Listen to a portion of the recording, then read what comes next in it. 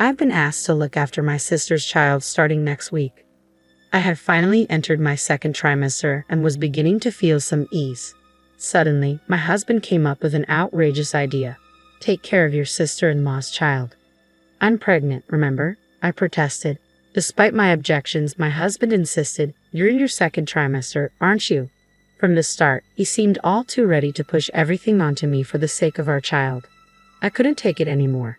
That's when I decided to call a certain person. My name is Anna, 28 years old. It's been almost 3 years since I married my husband, Max. Right now, I'm pregnant with our long-awaited first child. As soon as I found out I was pregnant, I quit my job and became a full-time homemaker. I had initially planned to work until maternity leave, but the severity of my morning sickness made me give up. Thinking that taking irregular days off would be an inconvenience to my employer, I resigned, albeit reluctantly. Last week, I finally entered my second trimester. My morning sickness, which had been unbearable, had significantly improved, and I could eat to a certain extent. I thought I could finally have a peaceful pregnancy. That's what I believed. Then one day, as I was preparing dinner, my husband received a phone call. With a grimace on his face, he weakly responded, "What? Starting next week?" So suddenly. Yeah, I suppose. Okay, got it. He seemed deeply troubled. After he hung up, he dropped his shoulders and let out a heavy sigh. Seriously, what's wrong? Who was that? I asked. It was my sister, he replied. Your sister? What about her? I questioned. We're going to be looking after my sister's child starting next week, he said. What? So that's why we're taking care of them. Hold on a minute, what are you saying all of a sudden? I exclaimed. Summer break starts next week, right? My sister said she needs some peace and quiet. Could you take care of the kids? He made it sound like it was no big deal, which was infuriating. Anger bubbled up inside me as I faced him. Hey, I'm pregnant, you know. Do you understand that? And your sister's kids, they're 3 boys, right? I said. Yeah, I know, but you're in your second trimester, aren't you? He replied. Is he serious? I thought, the second trimester just means some of the early worries have lessened. It doesn't mean I can do everything without worry now. His words irked me, and I blurted out my feelings. I don't care about being in my second trimester. Being pregnant means my condition is different than usual. There's no way I can take care of your sister's kids in this state, I said. Well, what can we do? She said it wouldn't be a lot of trouble, he said. So you're going to ignore how I feel. How can you just say okay on your own? I asked, frustrated. Ah, you're so annoying. Think of it as a parenting rehearsal, he said. A rehearsal? 1 elementary school student and 2 preschoolers. You think I can take care of 3 rambunctious boys right now? I questioned. Cornered by my harsh questions, Max could only look down, guilty. When will this end? I asked. The duration is about 2 weeks, he replied. 2 weeks? That's way too long. Are you out of your mind? I exclaimed. She's the one who said it. What can I do? If you have any complaints, tell her, not me, he said. You keep saying my sister this, my sister that. Don't you have your own opinion, Max? Are you going to prioritize your sister's demands over your pregnant wife? I asked. Well, I can't help it. She's scary when she's mad, he said. What kind of reason is that? I thought. Max has an older sister, Annie, who is 5 years older. Despite being almost 30, Max seems to be completely under her thumb. It must be the age difference as well as Annie's strong personality. He always prioritizes her wishes first, every time. I heard about it and couldn't help but feel pathetic. Up until now, I would have just resigned myself, thinking, well, it's just the usual, can't help it. But the circumstances are different now. If anything happens to the baby in my belly, I'll regret it for the rest of my life. This time, I have to prevent it at all costs. With a firm resolve, I confronted Max. Please tell Annie no. But it's already decided, he said. I don't care. What if something happens to the baby? Can you take responsibility? Why does it have to be like this? Consider my position too. I objected. Don't joke with me. If you're so insistent, Anna, you should tell Annie yourself. I can't do it, Max replied, locking himself in his room as if to escape. What's with that attitude? Prioritizing his sister over his pregnant wife? Can such a thing even happen? Anyway, I have to refuse Annie as soon as possible. I immediately tried to call Annie, but there was no sign of her answering. Why wasn't she picking up? Annie, who knows my strong-willed nature, probably thinks it's a done deal once the kids arrive here. Despite calling numerous times afterward, Annie never answered the phone. She herself has been pregnant and given birth to 3 kids. Why doesn't she understand my feelings? Despite this, how can she think it's okay to hoist her children on me, a pregnant woman, for 2 whole weeks? I could not understand her mindset at all. There's another reason I'm so resistant. I've actually taken care of Annie's 3 sons before. Even though I was taking care of them with my mother-in-law, it was really tough. They ran around the house, shrieked, and threw food everywhere. Even when I wasn't pregnant, it was tremendously challenging to take care of them. There's no way I could handle them in my current state. In fact, my sister-in-law's children are probably even more energetic than they were before. The mere thought filled me with dread. The next day and the day after that, I repeatedly negotiated with Max. Please, can you tell your sister that we can't watch the kids? But if you're so bothered, why don't you just tell her yourself? He said. I tried calling her, but she doesn't pick up. She's clearly avoiding my calls on purpose, I explained. How am I supposed to know? Max replied nonchalantly. What do you mean, how am I supposed to know? What am I supposed to do if she won't answer the phone? That's why I'm asking you, Max, to talk to her for me, I pleaded. You're being too persistent. It's already been decided that we're watching them. Just accept it, he said dismissively. That's nonsense, I thought. In the end, my husband never got in touch with his sister, and the day the kids were due to arrive kept getting closer. 2 days before the children were to arrive, when my husband came home from work, I confronted him again. You've given up on declining your sister's request to watch the kids, so naturally, you're going to take time off work to help, right? His face went white. What? Why me? I have work. I don't want to hear about work. Were you planning to leave me alone with 3 kids all along? But I have no choice. If I don't work, we can't make a living, and I can't just take a sudden leave of absence. Oh really? So you plan to dump everything on me from the start? Well, that is. Never mind. Keep on doing whatever your sister tells you to. I sharply dismissed him. He clicked his tongue in dissatisfaction. In that moment, my anger surged like a flame. How dare he act that way? This whole situation started because he didn't firmly decline in the first place. I couldn't stand it anymore. I wasn't going to be manipulated any longer. I immediately decided to return to my parents' house. I dialed my mom's number. Hello, Mom. It's me. Oh my, it's been a while. What's up? Well, actually, I narrated the events of the past few days.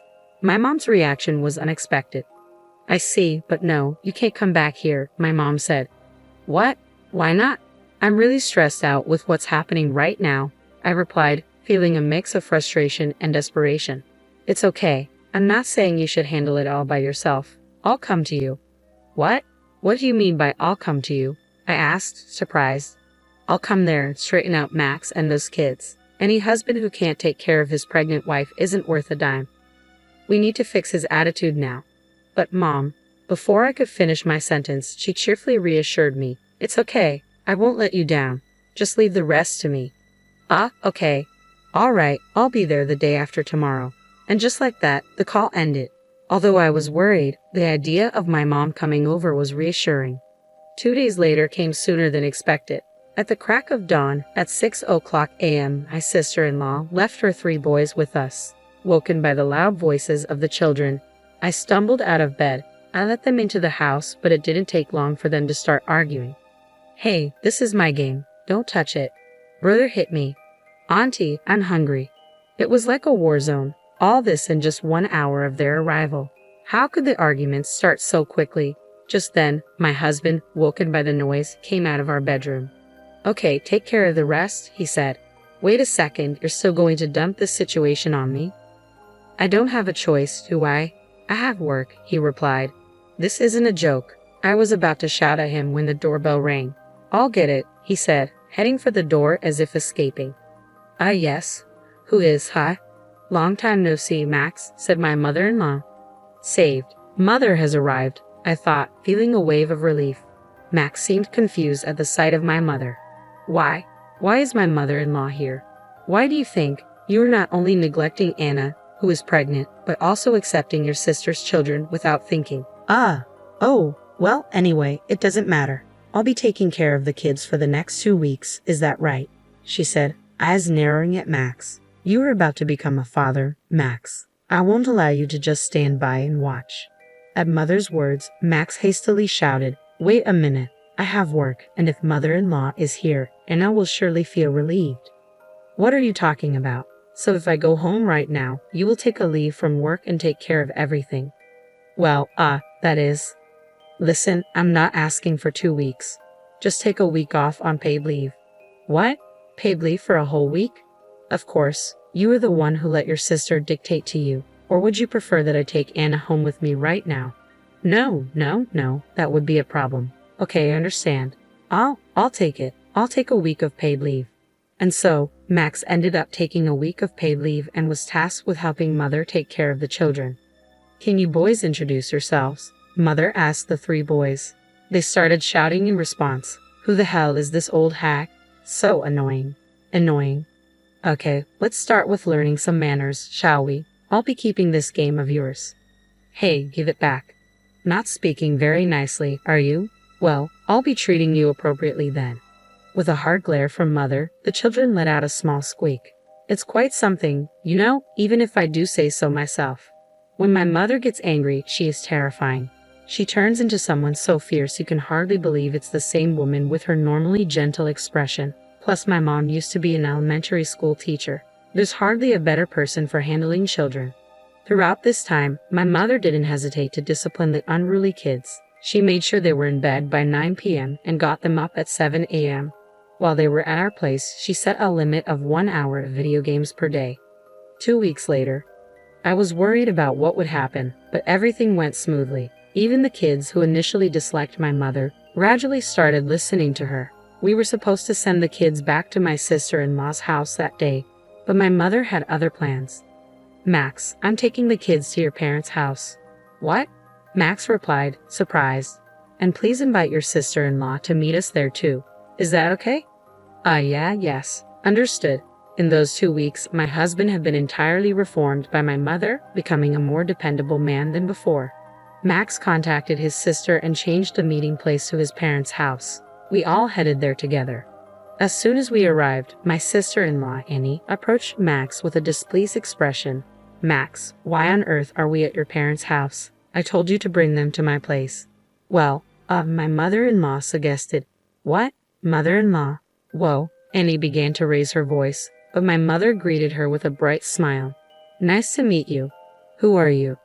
I'm Anna's mother. I heard that my daughter has been helping you out. Oh, hello, Anna's mother. Nice to meet you, Annie said, trying to regain her composure. Why would you dump 3 boys on a pregnant woman for 2 weeks? What on earth were you thinking? What? Annie stammered as my mother, who had tried to keep things peaceful, began to directly question her. Even my mother-in-law, who didn't know the full story, joined in confronting Annie. Hey Annie, what the hell is going on? You left the kids with Anna. Is that true? That is? Do you know Anna is pregnant? Are you aware? No, it's not like that. I just asked Max for a favor. I didn't force it on Anna. Annie desperately made excuses. Unable to bear this sight, my mother quietly interrupted the conversation.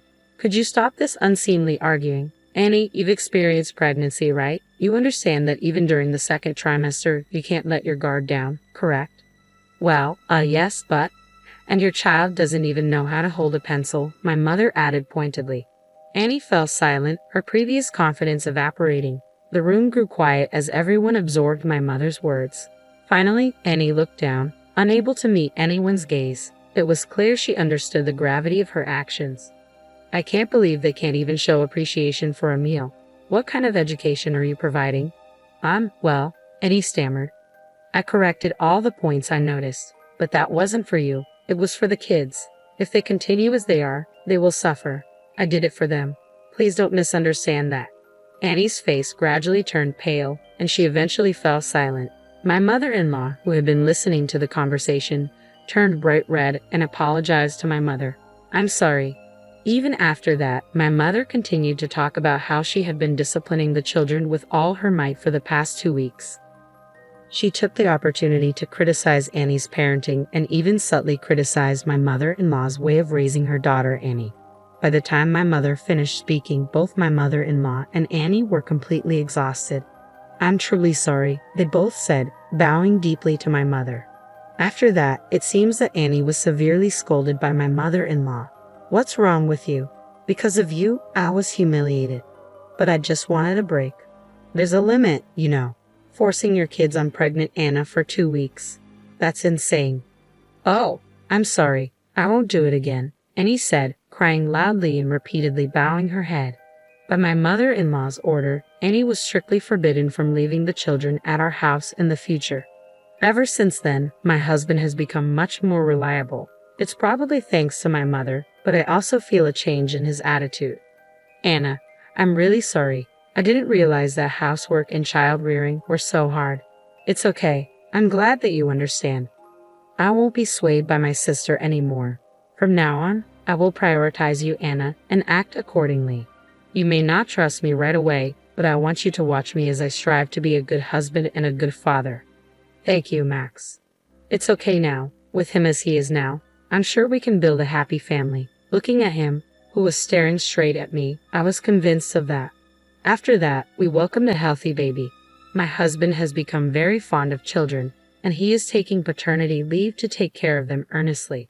All of this is thanks to my mother's teachings.